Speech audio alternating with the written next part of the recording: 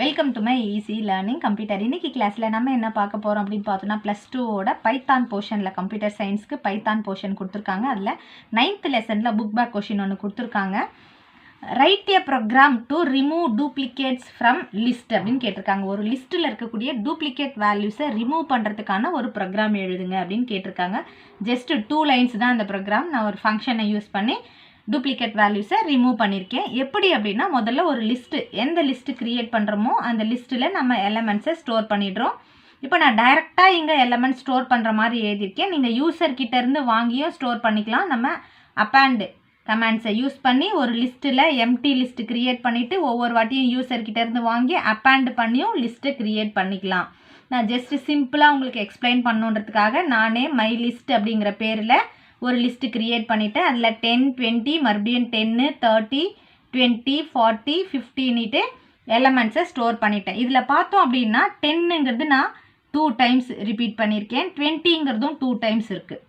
So இது ரெண்டுமே duplicate values. First இருக்கிற 10 தான் ஒரிஜினல், செகண்டாக இருக்கிற 10 டூப்ளிகேட். ஃபஸ்ட் இருக்கிற 20 ஒரிஜினல், செகண்டாக இருக்கிற 20 டூப்ளிகேட்.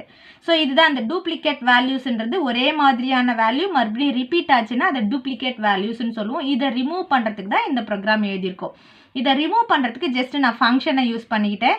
என்ன ஃபங்க்ஷன் அப்படின்னா பாருங்கள், செகண்ட் லைனில் my list equal to same இதே வேரியபிள் தான் ஈக்குவல் டு லிஸ்ட்டுங்கிறது ஃபங்க்ஷனு. லிஸ்ட் ஆஃப் டிக்ஷனரியில் இருக்கிற மறுபடியும் இன்னொரு ஃபங்க்ஷனை கால் பண்ணுறேன். ஃப்ரம் கீஸ்னாலே யூனிக் ஐட்டம்ஸ் அப்படின்னு அர்த்தம். என்ன யூனிக் ஐட்டம்ஸு?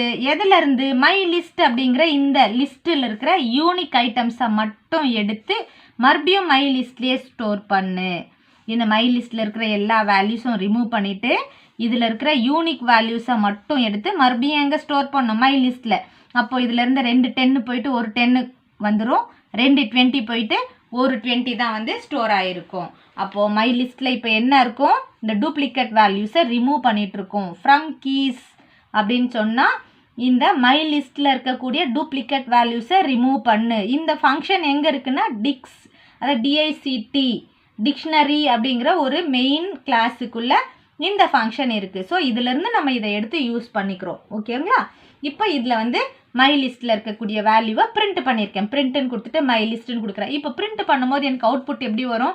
ஃபஸ்ட்டு 10 வரும், அப்புறம் 20 வரும், இந்த 10 வராது, 30 வரும், மறுபடியும் இந்த 20 வராது, 40 வரும், இந்த 50. ஸோ இப்போ பார்த்தோம் அப்படின்னா எதுவுமே டூப்ளிகேட் வேல்யூஸ் இருக்காது. இந்த எக்ஸசைஸ்க்கான கொஷின் ஆன்சரை நம்ம ஈஸியாக தெரிஞ்சுக்கிட்டோம். இதே போல் அடுத்த கொஷின் ஆன்சரை அடுத்த வீடியோவில் பார்க்கலாம். நம்ம சேனலில் பிளேலிஸ்ட்டில் போயிட்டு பாருங்கள். பைத்தான் அப்படின்ற ஒரு பிளேலிஸ்ட் இருக்குது. அதில் நம்மளோட 12th போர்ஷன் எல்லாமே நான் கிளாஸ் பண்ணி வீடியோ போட்டிருக்கேன். அதுவுமே உங்களுக்கு ரொம்ப ஹெல்ப்ஃபுல்லாக இருக்கும். அதையும் பார்த்து பயனடையுங்க. தேங்க்யூ ஃபார் வாட்சிங் திஸ் வீடியோ.